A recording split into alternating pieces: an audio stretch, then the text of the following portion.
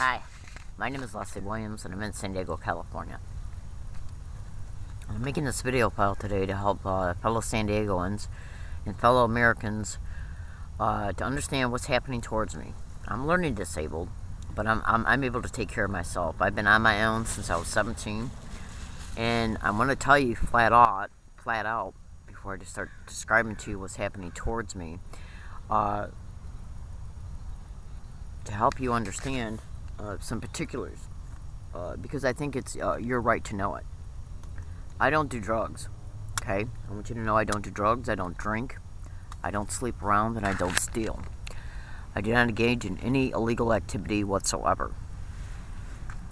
I'm a target of what is known as organized stalking, and I want you to know that the San Diego Police and the San Diego Fire Department are two main players in this expedition, especially the San Diego Police. And the reason why I decided to make this particular video was to help you understand that your taxpayers' dollars are literally funding torture. I'm subjected to organized stalking along all of my routes, mostly at the university campuses I go to, because that's where I spend most of my time at when I'm out in the public. But as a result of you supporting, because I know tax dollars go towards funding universities. I know it. I've done my research into it, and it also goes towards paying police officers' salaries, their pensions, their health care, their overtime, yeah, and any disability they might end up on if they get hurt on the job. And this includes the fire department as well. And I want you to know that these two employment descriptions, the police and the fire department, they enjoy the benefits of being hailed as heroes in the community because of the type of job descriptions they have are deemed as being dangerous.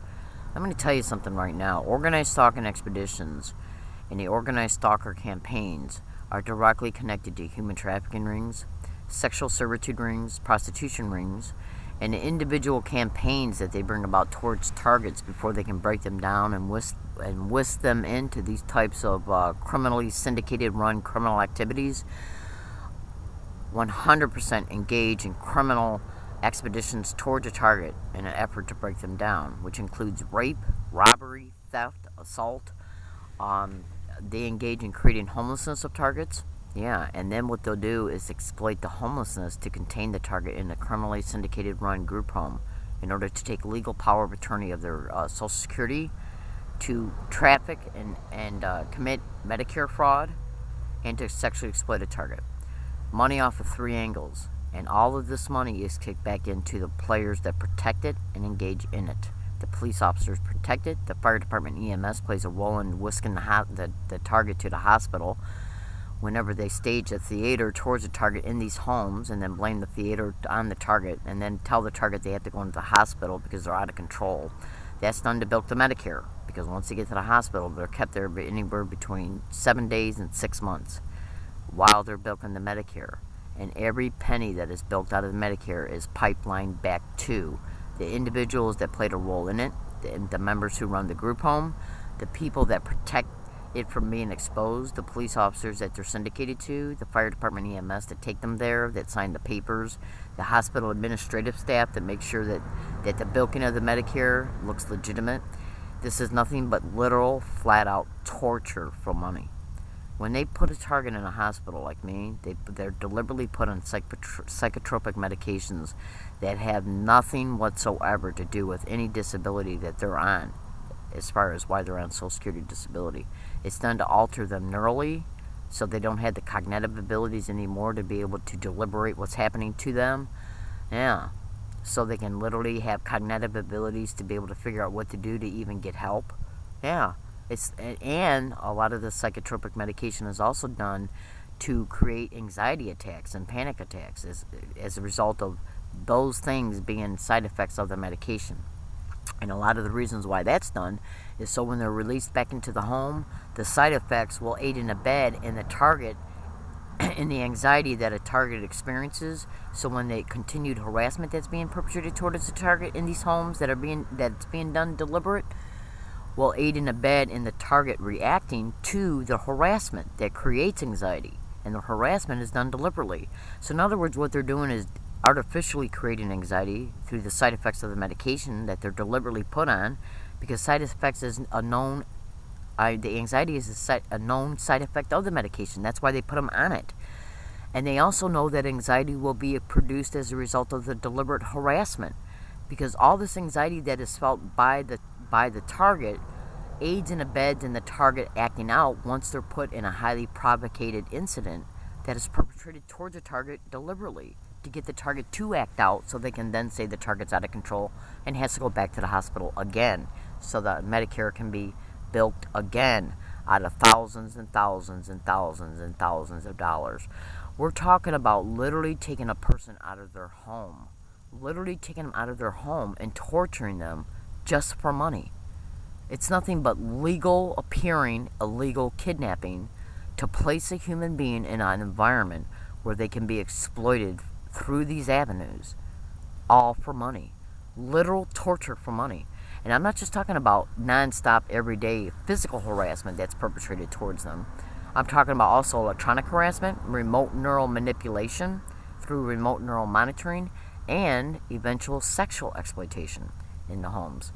Money off of three angles, where they take over the Social Security checks, the monthly checks, where they exploit the Medicare, and where the target is exploited sexually, against their will, even in their sleep. My name is Leslie Williams. I'm a human being just like you. And all of this is done to a target and paid for by your taxpayers' dollars. Your taxpayers' dollars pay for this, for the Medicare that's being built. It's paid for the fire department and police department salaries, their insurance, and their overtime and their retirements. And all this is nothing but torture and extreme exploitation for money. And let me tell you something about what could happen to a target like me, who's on disability, who's just trying to live a normal life and can't because I've been flagged for these expeditions, isolated in them. Let me tell you about what can happen to me if they ever get a hold of me to do this to me directly, because that's why they're trying to break me down right now in San Diego. AIDS. They bring individuals, what they'll do is spike a person's food, or when they're told it's time to take their medication that they have to take as a result of them having legal custody of them, what they'll do is hand them medication that's not even the medication they've been prescribed, as a result of them wanting them to be on psychotropic medications that will screw them up cognitively. They'll hand them a pill that will knock them out, because they give them to them right before bedtime. The pill knocks them out. It's like roofer. And then what they'll do is bring men into that person's room and have sex with the person who's knocked out. And what if one of these people have AIDS? This is literally what they'll do. Or they'll spike the person's food with drugs that, like heparinol or whatever it's called, that date rape drug. And so when they go to bed, they bring people in the target's room and have sex with them. Multiple people at night while the target is knocked out. It's almost like being knocked out if you're on ether, like an anesthetic. And the target has no idea this is happening to them. I have literally heard this being talked about in Michigan. Literally, that this is how they're making money off of every angle, while they're starving these same people in these group homes. They feed them bologna sandwiches after the people get their $1,000 paychecks every month, while exploiting their Medicare and while exploiting them sexually, and while harassing them every single day and night while they're in these homes for accumulated stress purposes. Because what they want to do is just harass them day and night to the point until they act out, and then they accuse them of having to go. Then they accuse them of being out of control and tell them they got to go back in the hospital again so that Medicare can be built again. It's nothing but flat out, non-stop, 24/7, 7 days a week, week after week, month after month, year after year, non-stop. I'm talking about every single minute of every single day. Torture for money. My name is Leslie Williams. I'm in San Diego, California, and this is literally what they're attempting to do to me here in this state. Go to Google and type in a gang stalking tech, everything you need to know. It's a manifesto of a gang stalker who hosts and manages a lot of the harassment that I experience along my route. In this manifesto, it flat out states what they're involved in and who they're connected to. Meticulously research it, and you can flat out see that it's a nationwide syndicate. That's even mentioned in the manifesto. I gotta go. Today's date is June 19, 2012, and I'm here to tell you today that MTS, Metropolitan Transportation Services, their security personnel, their bus drivers, and the people that get on trolley routes and at trolley stations and at bus routes and bus stops are harassing me on a feverish scale still, and that the San Diego police are directly involved in this crime, and they will use their connections to the Sheriff's Department, the California Highway Patrol, the state police, or any other law enforcement agency to aid and abet them in the filing the false police reports, the arresting me, the sending me to hospitals, to discredit what I'm exposing all over the internet about what they're involved in. This is literally nothing but organized crime in the system, and I'm exposing it all over the internet. And every time I walk out in the community, I'm harassed and threatened. Yeah, they're trying to provoke me to act out so they can then use that staged incident to contain me, to discredit me, because I'm telling the truth all over the internet. I'm in San Diego, California, and this is happening to me on a daily basis, every single day, along all of my routes. Thank you.